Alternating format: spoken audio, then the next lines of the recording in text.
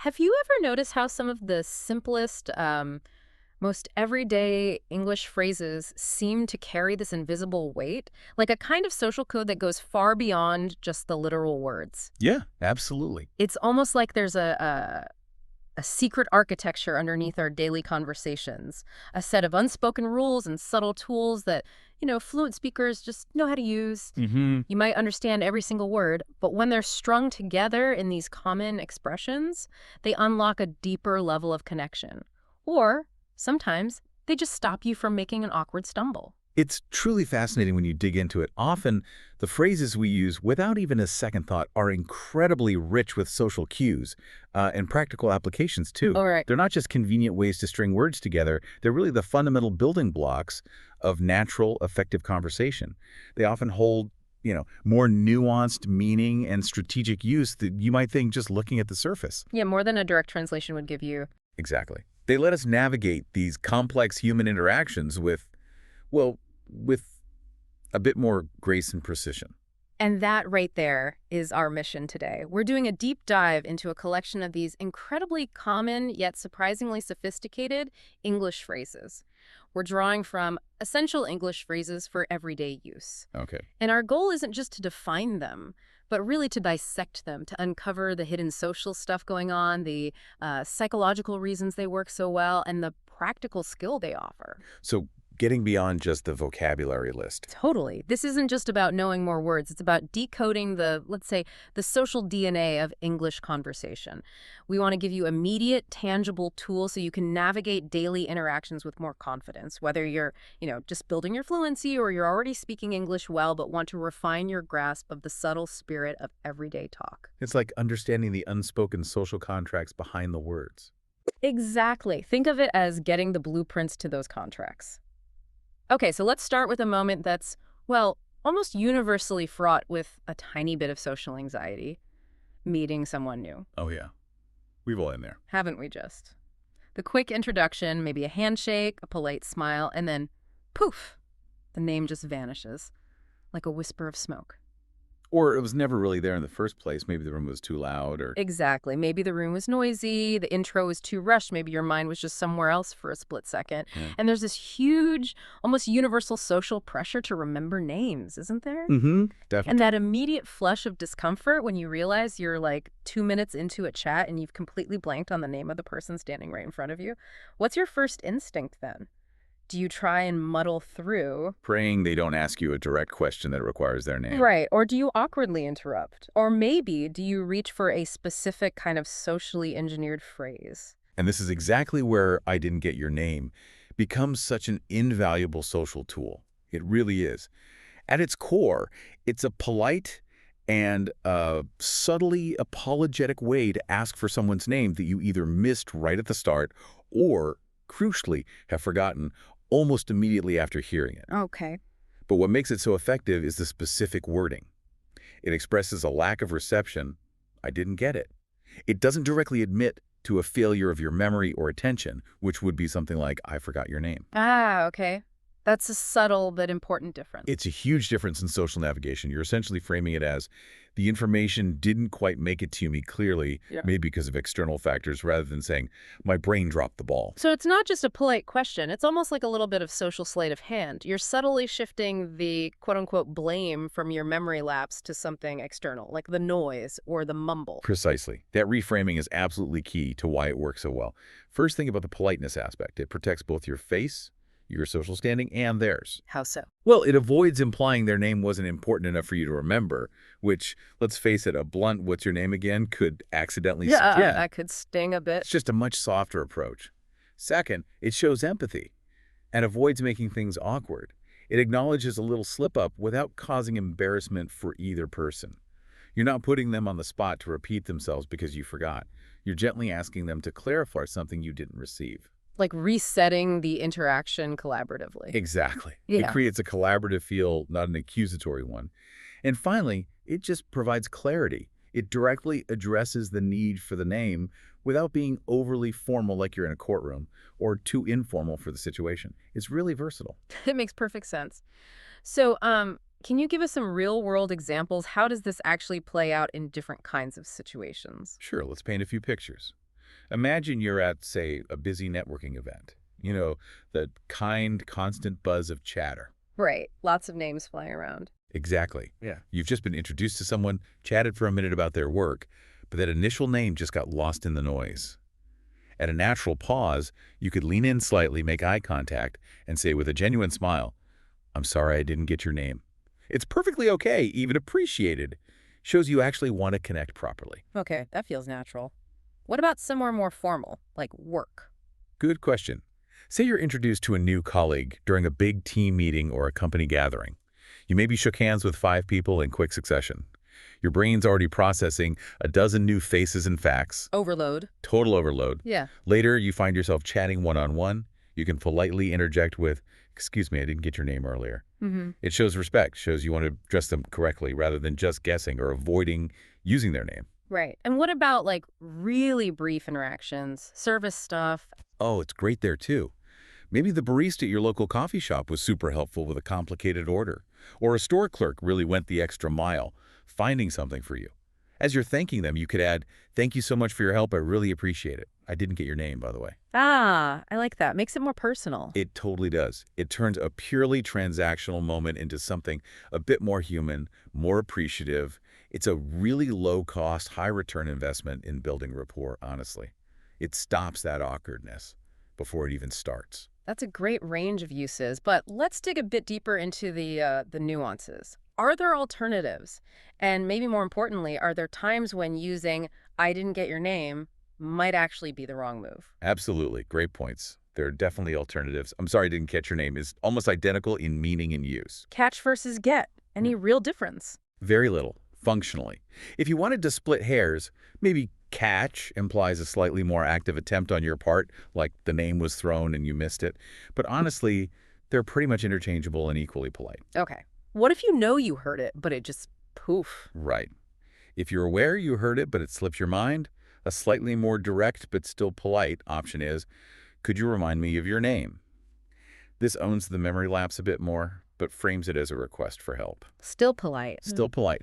For something more formal, or if you want to fully admit the memory fail, you might say, "My apologies, I seem to have forgotten your name." It's a bit more self-deprecating maybe, but works in formal settings. Gotcha. Now, the crucial part, when not to use "I didn't get your name." This is really key. If you've been having a long, in-depth conversation with someone for, say, half an hour, or if you've definitely been introduced to them several times before on different occasions and still can't recall their name. Yeah, using "didn't get" then feels kind of flimsy. Exactly. It'll almost certainly come across as disingenuous, dismissive, maybe even rude. It implies you weren't paying attention at all.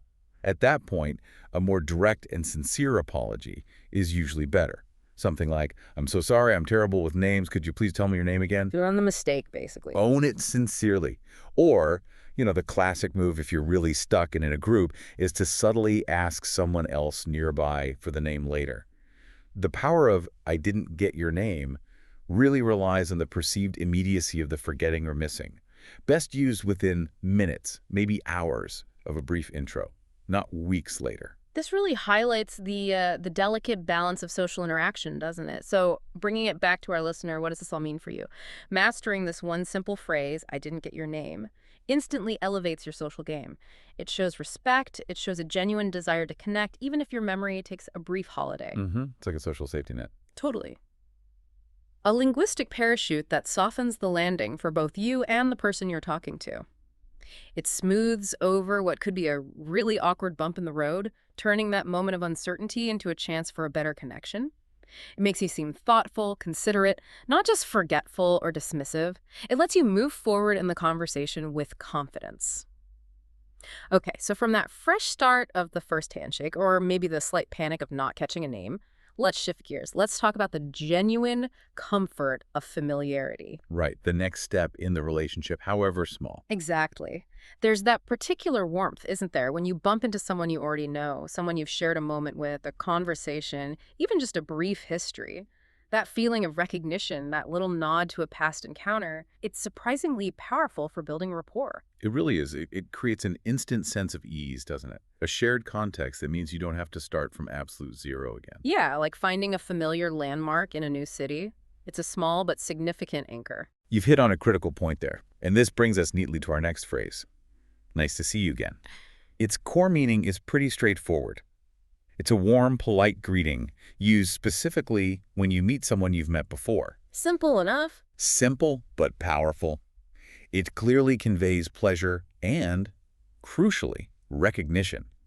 It's not just a generic hello, it's an active acknowledgement of that rekindled connection.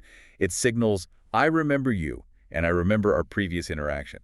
And the again is really the star player here, isn't it? Because it's the total opposite of nice to meet you. I imagine mixing those up could be problematic. Oh, absolutely critical. Yeah. That contract is fundamental to its social function. Nice to meet you is strictly for a first introduction. It marks the very beginning of knowing someone. Using it again would imply. Using nice to meet you with someone you've clearly met before basically says, I have absolutely no recollection of you, which can be, well, pretty awkward or even a bit hurtful. Yeah, not great for rapport. Not at all. But nice to see you again does the opposite. It explicitly acknowledges that prior meeting. It reinforces the existing connection, signaling that you remember them and the interaction. It sounds like a tiny linguistic detail, but in the social dance, it carries enormous weight. So how does that actually build rapport? What's happening under the surface? Well, by remembering and acknowledging that previous meeting, you're doing several important things. First, you're demonstrating recognition. That's a fundamental human need, right? People want to feel seen and remembered. Sure. Second, you're extending warmth. You're expressing genuine pleasure at seeing them again, which fosters a positive emotional connection. And third, you're signaling continuity. You're saying the relationship, however casual, is ongoing and you value it. It makes the other person feel like they mattered, like they made an impression. Precisely. And that makes them much more receptive to chatting further. It validates them. I can definitely see that playing out all the time. Can you give us some concrete examples, different contexts, maybe different emotional tones? Sure. Let's think about a few common scenarios. Maybe you're at the grocery store, just doing your shopping, and you spot an acquaintance you haven't seen in a bit, maybe from a volunteer group or an old class. Okay. A casual, genuine, oh, hey, Sarah, nice to see you again, feels completely natural and friendly. It sparks that positive interaction right away. Easy enough. What about a business setting? Right, more formal. Say you're starting a second meeting with a client you last met a month ago. You might begin by addressing them directly. Good morning, everyone. David, nice to see you again. It sets a positive, familiar tone, acknowledging your shared work history and building on that established rapport. Professional but warm. Exactly. Or think about a big social event, like a wedding or a big party. You see someone across the room you chatted with at a smaller get-together last year. You could walk over and say, didn't expect to run into you here. Nice to see you again. How have you been? It bridges the gap instantly. Makes it easy to pick up where you left off. Totally. And of course, within family or friend circles, when a relative visits or you see a friend after months, the phrase just rolls off the tongue, usually filled with genuine joy. The emotional tone can vary wildly, right? From super enthusiastic with a big smile to more subdued and professional, still polite but less overtly emotional. It all depends on the context and your relationship. So it's not just the words, but the delivery, the smile, the eye contact, all that nonverbal stuff really matters here. It's really important. But what if you genuinely don't remember where you met them, but you're positive you have met them before? How do you handle that without sounding vague? That's a fantastic question. It happens all the time. And it shows the phrase's flexibility.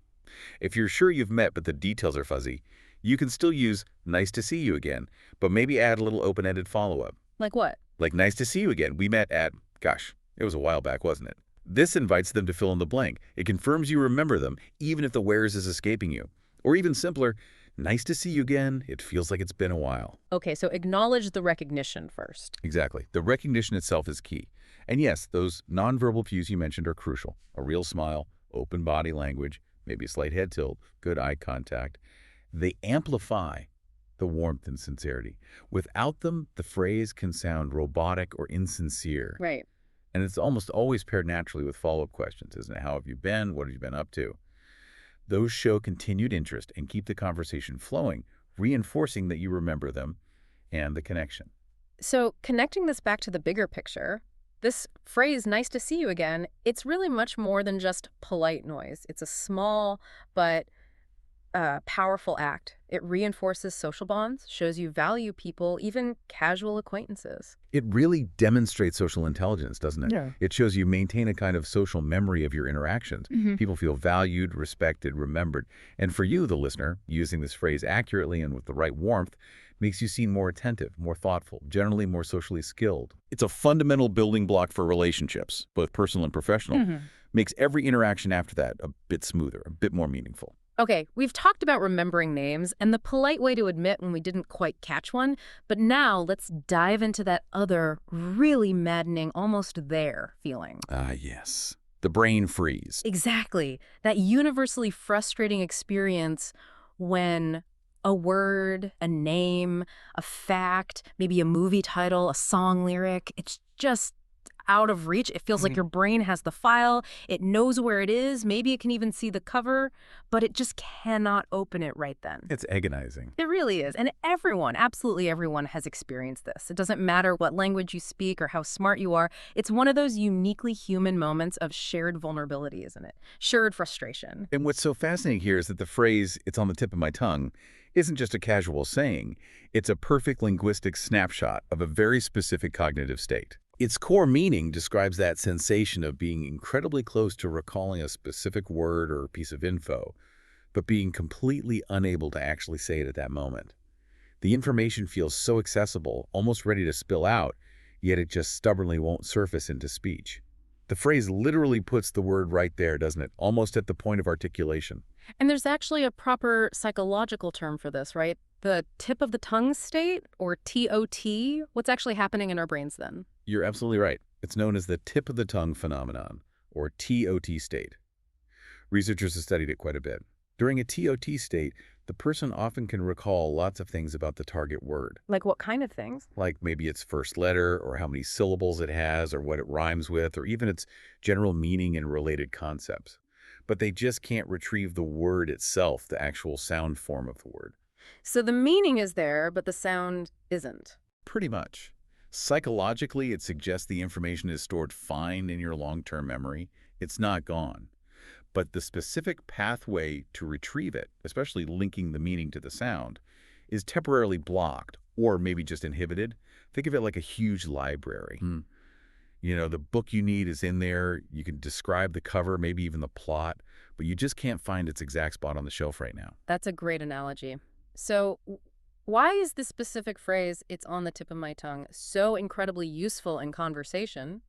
Why not just say, "I forgot," or "I don't know"? What's the strategic advantage? Well, it's useful for several really crucial reasons that go way beyond just saying you forgot. First, communication. It signals to other people that you do know the information, you possess it. Ah, so they don't think you're just clueless. Exactly. If you just say, "I don't know," they might think you never knew it. But saying "it's on the tip of my tongue" basically communicates, look, I know this, I'm just struggling to pull it up right this second. It's there, just inaccessible. That manages expectations really gracefully. Okay, that makes sense. What else? Second, and this is pretty powerful, it often gets you help. When you express that specific kind of mental struggle, it naturally prompts other people in the conversation to jump in, offer suggestions, maybe try to complete your sentence or give you clues. Turns it into a team effort. Totally. Yeah. It can often provide just the retrieval cue you need to finally grab the word. It makes the conversation more dynamic, more collaborative, less of a solo struggle. And the third reason? Empathy and connection. Because it's such a universal human experience. Everyone knows that feeling of frustration. Saying it creates an immediate sense of understanding and relatability. Yeah, you see someone say it and you immediately know exactly what they mean. Right. It breaks down barriers, makes you seem more human, more approachable. It's like a little invitation for others to join your mental search party, which actually strengthens social bonds. I can definitely relate to that. Can you give us some scenarios where this phrase really comes into its own? Maybe talk about the body language that goes with it? Sure, let's think of some everyday moments. Maybe you're trying to recommend a great TV show to a friend. What was that amazing series we binged last month? You know, the one with the incredible plot twists and the fantastic costumes. Yeah. Oh, it's on the tip of my tongue. Started with an S, maybe. That invites your friend to brainstorm. Right, collaborative recall. Exactly. Or maybe in a professional setting, a meeting, you're trying to remember the name of a competitor's new product, their latest software, the one using AI for predictive analytics. The name is right on the tip of my tongue, something kind of futuristic sounding. It shows you're engaged and knowledgeable, even if you're temporarily stuck. Okay, even just searching for the right word. Definitely. I'm trying to describe this feeling. It's like um, a kind of wistful longing mixed with nostalgia. Hmm. The word is on the tip of my tongue. It's not quite melancholy, but close. And the body language. You often see people doing things when they say this. Almost always. It's often paired with gestures that visually show that mental effort, right? Tapping your chin thoughtfully, looking up at the ceiling like the word is written there, maybe a furrowed brow, even snapping fingers rhythmically out of frustration. Yeah, the finger snapping. It's classic. And then, fingers crossed, it's followed by that aha moment when the word finally surfaces, often with a triumphant look or a big smile. The phrase itself, plus those cues, makes it clear you're actively trying, not just giving up. So, okay, what does this all mean for you, our listener? Using "it's on the tip of my tongue" isn't just, describing a little memory glitch. It's about being a really effective communicator. It Right. helps you manage how others see you in that moment, letting them know you have the info, even if you can't grab it right then. Mm-hmm. Manages expectations. And maybe most powerfully, it invites collaboration. It turns what could be a moment of personal frustration into a shared activity. It builds connection through a universally understood experience, makes you more relatable, more human. It's like saying, hey, help me out here. My brain's just doing that thing it does. It keeps the conversation flowing naturally.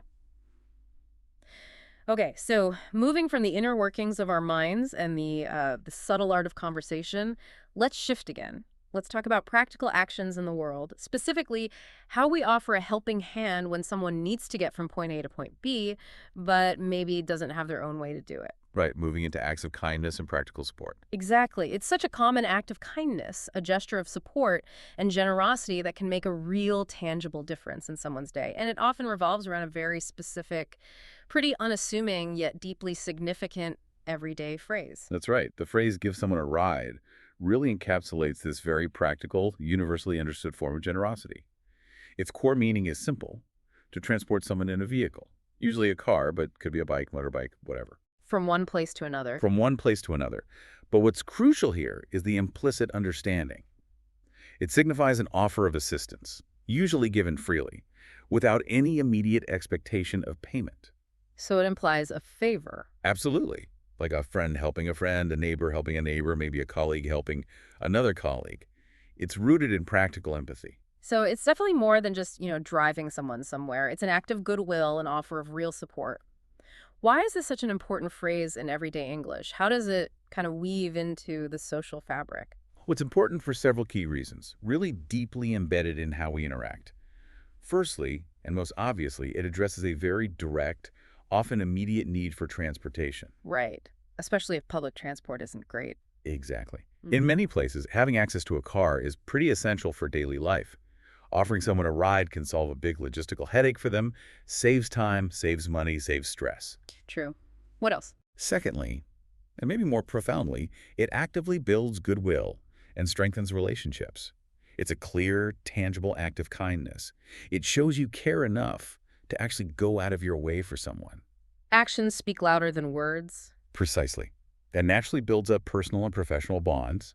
It creates a sense of mutual support, maybe even a positive kind of obligation. It tells the other person, I see you need help and I'm willing to step up.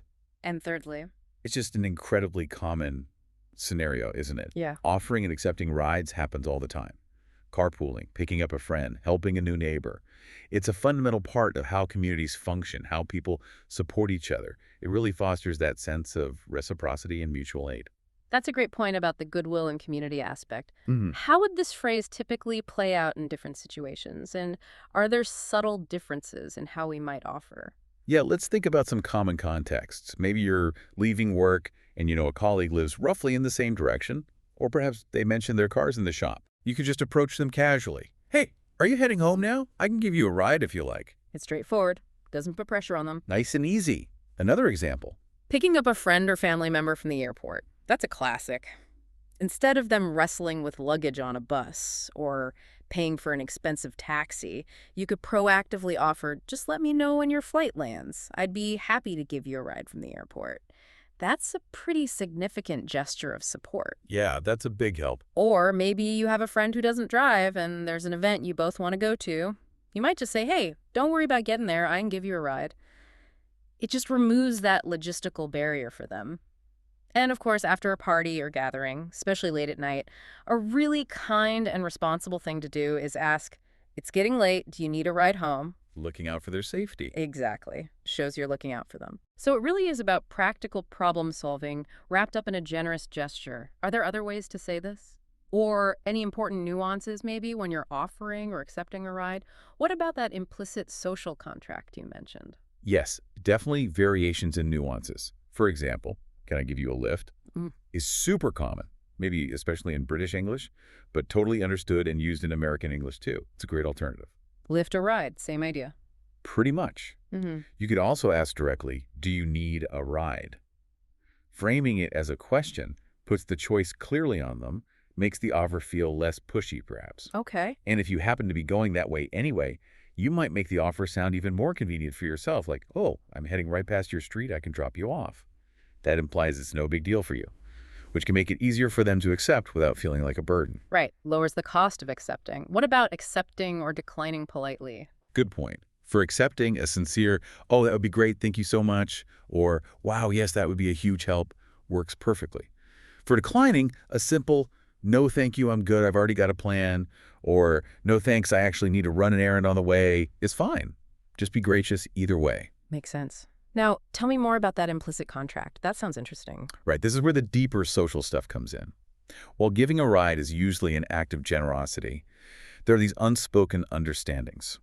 There's usually an implicit agreement on the destination you're offering to get them to their intended stop, not necessarily drive them around town running errands. Okay. There's also an understanding about timing, even if it's flexible.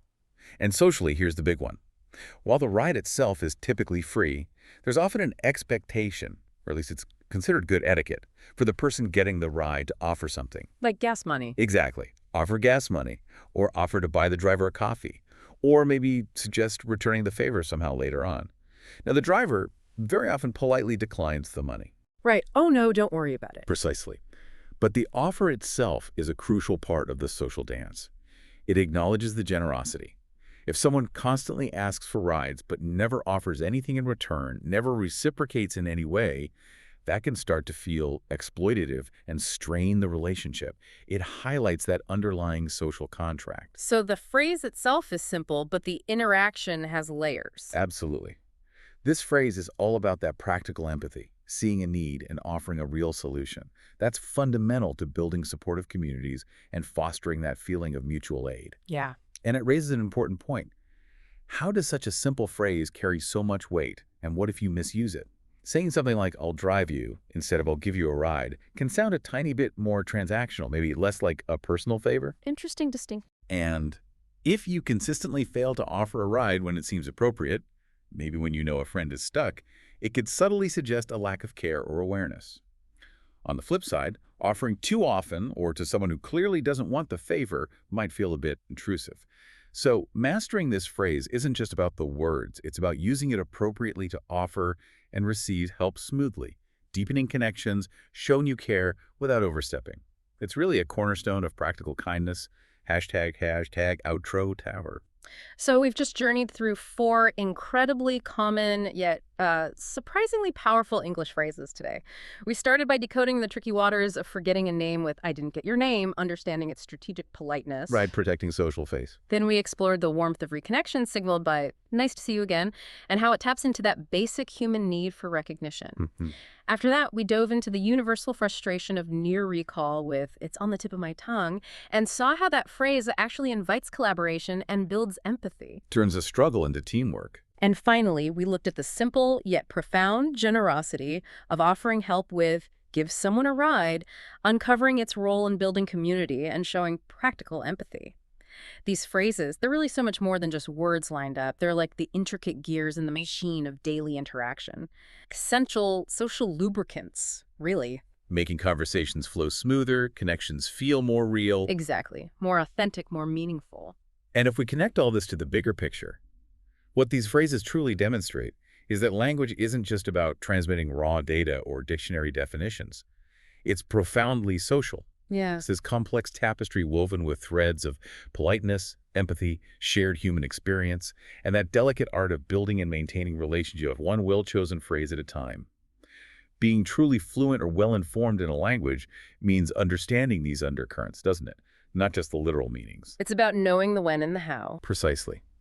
Knowing when and how to use these phrases with sensitivity, to navigate those unspoken Yeah. rules, to subtly manage how you're perceived, and to genuinely connect with people on a deeper level. They really are part of the hidden architecture of successful conversation. So, what does this all mean for you, our listener? Well, maybe next time you hear or find yourself using one of these seemingly simple phrases, I didn't get your name, nice to see you again, it's on the tip of my tongue, give someone a ride. Maybe pause for just a second. Think about the work it's doing. Yeah. Consider the invisible weight it carries, the sophisticated social job it's performing, and the subtle message it sends about your awareness and your connection to others. How many other common expressions do we use every single day without really appreciating the depth of their usefulness or the layers of social meaning they hold? That's a great question to ponder. What other shortcuts to connection, to empathy, to effective communication are hiding there in plain sight, just waiting for you to notice them and unlock their power? Maybe start listening for them, observing how they're used, what impact they have. You might just find your everyday conversations become even richer, more nuanced, and ultimately far more deeply connected.